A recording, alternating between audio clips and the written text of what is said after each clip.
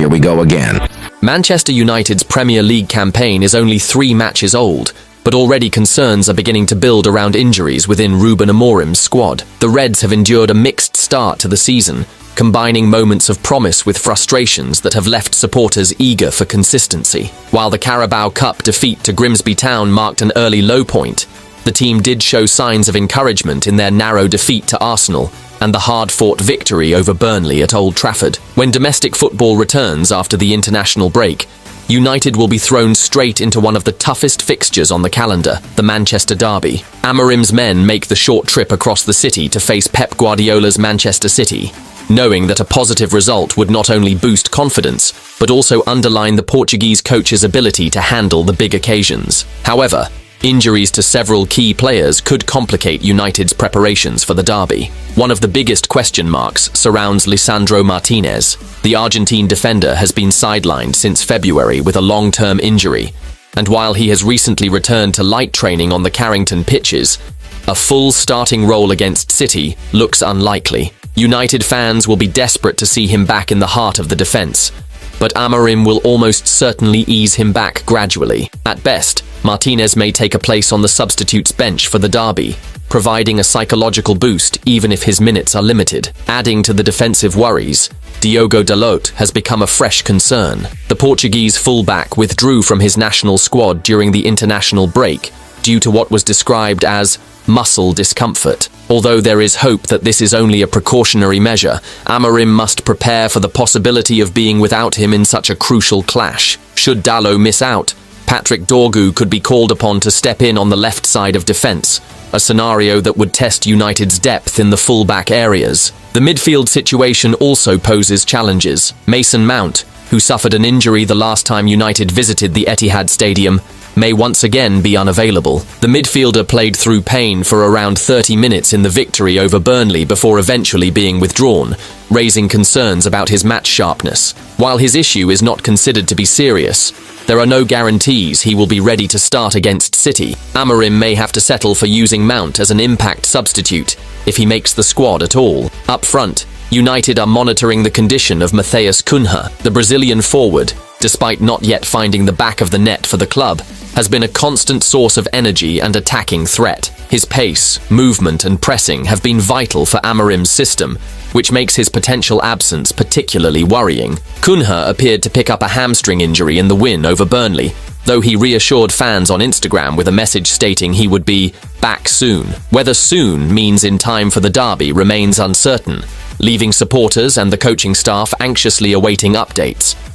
The derby against City is never a straightforward affair, but United's current injury concerns only heighten the challenge. Amorim will need to balance risk with caution, ensuring that players are not rushed back prematurely, while still fielding a competitive lineup capable of frustrating Guardiola's side. The hope around Carrington is that at least 2 or 3 of the injury doubts, Mount, Cunha and Dalot, can recover in time to be part of the squad, even if not all are fully fit to start. Ultimately, the next week will be crucial for United's medical and coaching staff. A strong performance in the derby could set the tone for the months ahead, but Amorim must find solutions if key names remain sidelined. For the supporters, it is a waiting game, one filled with hope that the squad can overcome these setbacks and rise to the occasion when it matters most. On the other side, Andre Onana handed Manchester United escape route as Trabzonspor agreement reached, with reports claiming the goalkeeper is closing in on a loan move to Turkish side Trabzonspor. The 29-year-old has endured a difficult spell at Old Trafford, and his future has been the subject of speculation since the end of last season. United moved decisively in the summer transfer window to reshape their goalkeeping department. That decision immediately cast doubt over Onana's long-term role, particularly after a challenging first season in English football. Although AS Monaco had shown interest earlier in the summer, no move materialised, leaving Onana on the fringes of the squad. Bayern's own performances have done little to inspire confidence, but it has not been enough to earn Onana a return to the starting 11. The Cameroonian has featured just once this season, the shock Carabao Cup defeat to Grimsby Town, and that display only reinforced questions about his suitability at the club.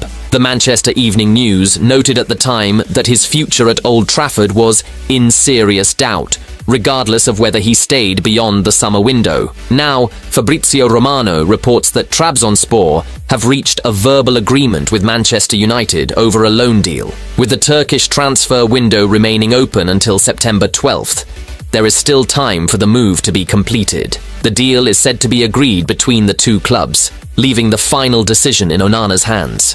For Onana, the potential move represents an opportunity to revive his career away from the relentless spotlight of Old Trafford. For United, it could provide some much-needed clarity in a goalkeeping department that has lacked stability in recent months. Whether the deal is finalized in the coming days remains to be seen, but it appears the Cameroonian shot-stopper has been offered an escape route from what has been a difficult chapter at Manchester United. Again and again. Manchester United spent £216 million this summer under Ruben Amorim, bringing in Matheus Cunha, Brian Mbeumo, Benjamin Sesko, Senne Lammens, and Diego Leon. The squad looks stronger, but midfield remains a major concern. United tried but failed to sign reinforcements, and issues in that area are mounting. Casemiro is set to leave on a free, Ugarte has struggled, Kobbie Mainoo asked for a loan, and Bruno Fernandes continues to attract interest from Saudi clubs.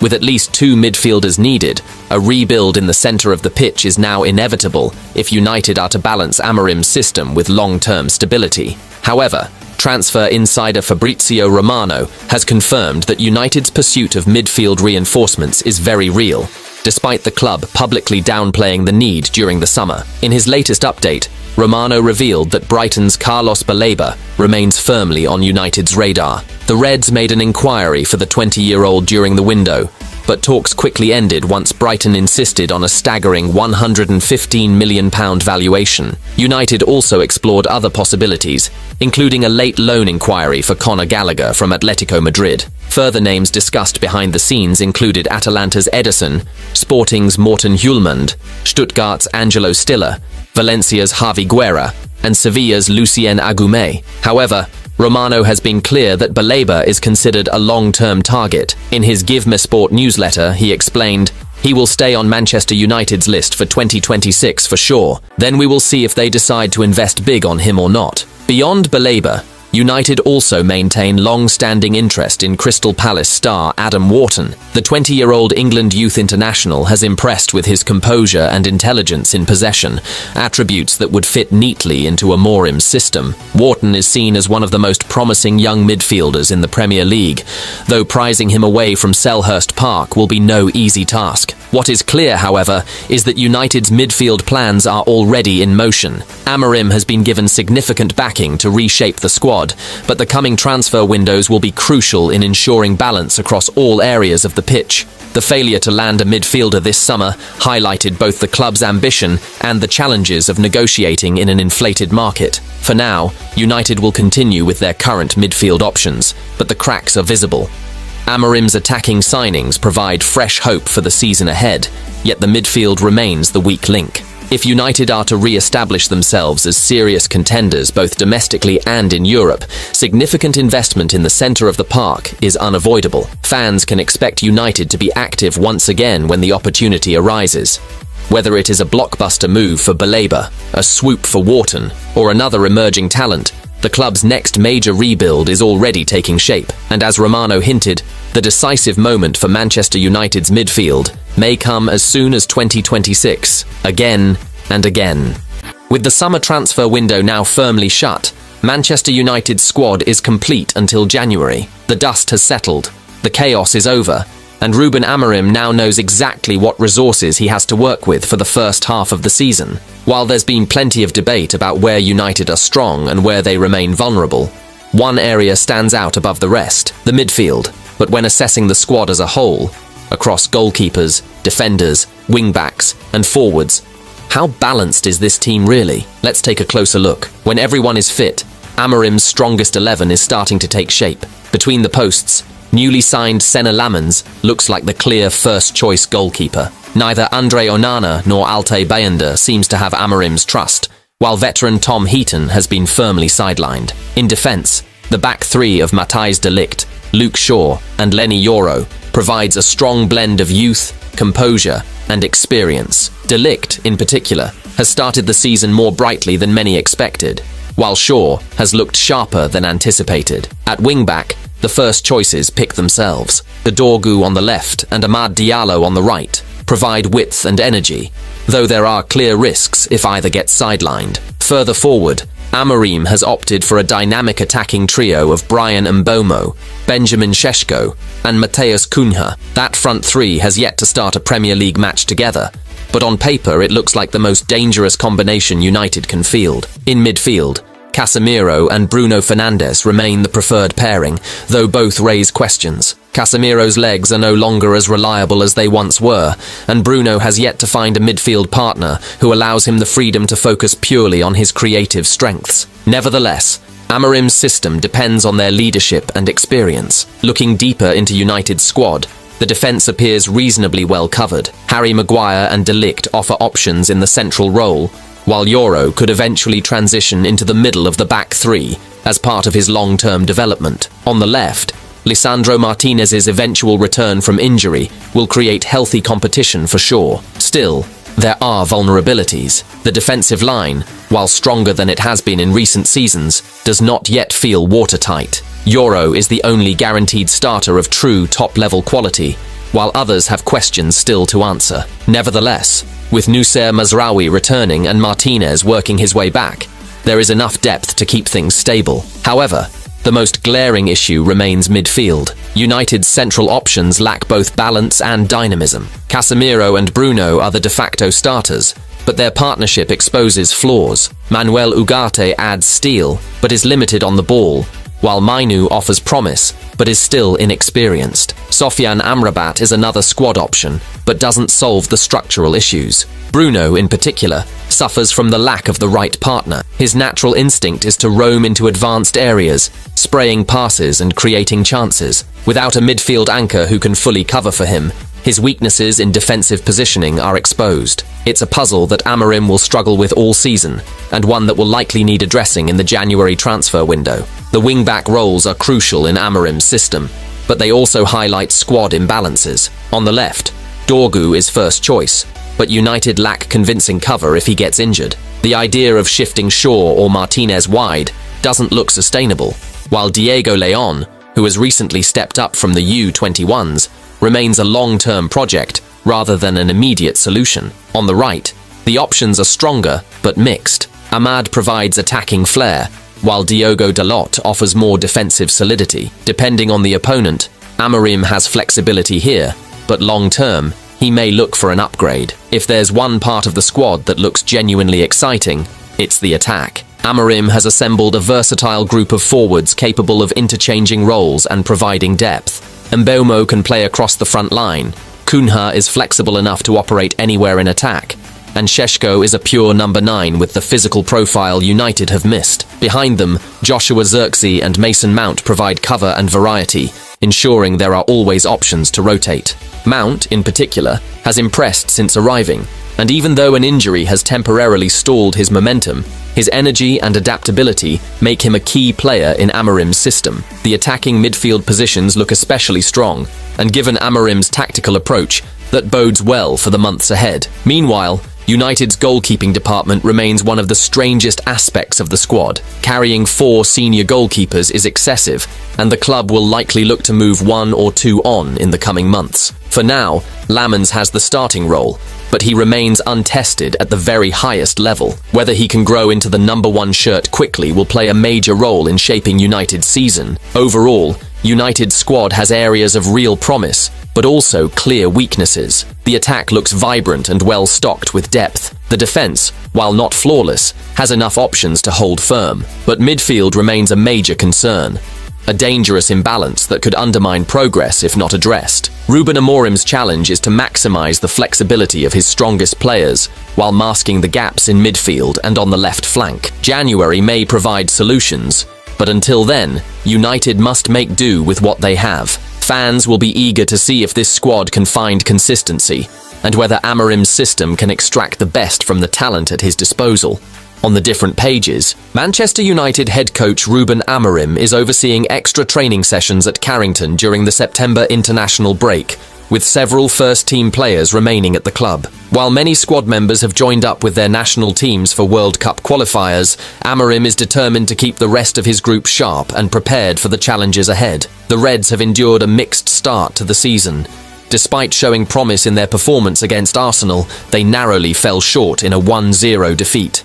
That was followed by a frustrating 2-2 draw with Fulham and a shock Carabao Cup exit to Grimsby Town. Relief finally came last weekend, with a 3-2 victory over Burnley at Old Trafford, giving Amorim's men a much-needed boost in confidence before the break. However, with a crucial Manchester derby on the horizon, there is no time to relax. Among those remaining at Carrington is new goalkeeper signing Senna Lamens, who was left out of Belgium's squad. The 22-year-old has impressed Amorim and his staff in training since joining from Royal Antwerp, and is using this time to integrate more fully into the squad. Also present are experienced defenders Harry Maguire and Luke Shaw, as well as midfielders Mason Mount and promising youngster Kobbie Mainoo, who is keen to earn more minutes this season. Veteran goalkeeper Tom Heaton, academy defender Tyler Fredrickson, versatile fullback Noussair Mazraoui, forward Joshua Zirkzee, and young talent Diego Leon have also been included in the sessions. These players will be focusing on maintaining peak fitness levels while working on tactical drills aimed at tightening United's structure ahead of the Premier League's return. One notable absentee is Matheus Cunha, who was called up to Carlo Ancelotti's Brazil squad, but had to withdraw due to the hamstring injury he sustained against Burnley. The Brazilian forward's condition is being closely monitored by United's medical staff, with the club hopeful that he won't be sidelined for too long. His absence is a blow, particularly with the derby looming, but Amorim remains optimistic about his recovery timeline. The upcoming clash with Manchester City at the Etihad Stadium could prove pivotal. Both Manchester sides are struggling for rhythm, with City managing just 3 points from their last 3 matches, while United have picked up 4. A victory for Amorim's men would not only provide bragging rights, but also inject vital momentum into their season. With the derby on the horizon, Amorim's decision to put his available squad through intense sessions underlines his intent. The Portuguese coach wants his team well drilled and mentally prepared to seize the opportunity. For players like Lamens, Zirkzee and Mainoo, these days at Carrington also represent a chance to impress and push for greater involvement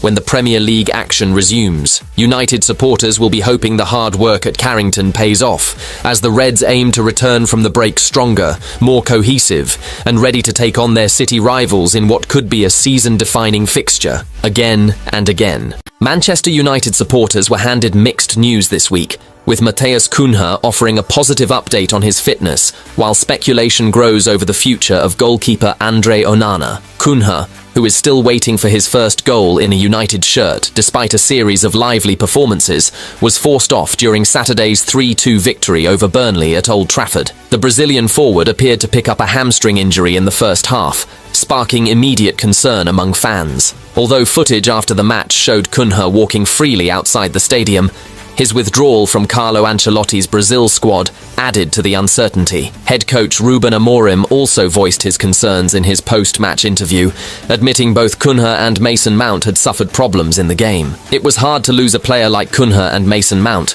Mount played like 30 minutes with an injury, Amorim said. I don't know if they are long-term injuries, but I'm concerned about that. They are so important for us, so we'll see. Despite the worry, Cunha himself has helped ease fears among supporters. Posting on Instagram, the forward wrote, "What an incredible environment. It's great to be here. I'll be back soon.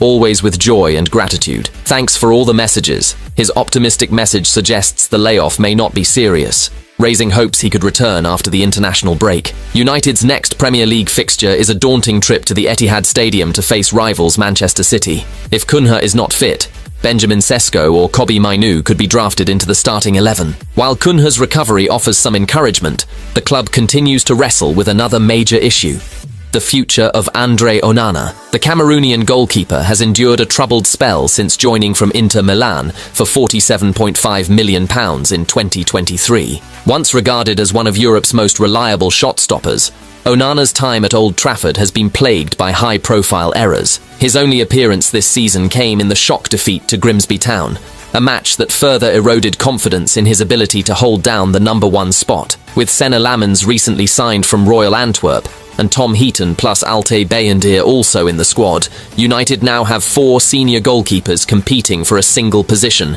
This has led to mounting pressure on INEOS to resolve the situation, particularly as opportunities for Onana appear to be shrinking. Reports indicate that Trabzonspor, one of Turkey's most successful clubs, have tabled an offer for the 29-year-old. The Istanbul giants Galatasaray and Fenerbahce may be more globally renowned, but Trabzonspor boast 7 league titles, 9 domestic cups, and 10 Turkish Super Cups in their history, making them a serious destination for ambitious players. United's preference would be to secure a permanent sale, but that may prove difficult given Onana's recent struggles. A loan move remains on the table as the Turkish transfer window is still open, along with markets in Saudi Arabia and the UAE. For his part, Onana is believed to be considering his options and could accept an exit if it becomes clear he no longer figures in Amorim's plans. As United prepare for a decisive run of fixtures, the club's handling of these two situations will be critical. Cunha's swift recovery would be a major boost for Amorim,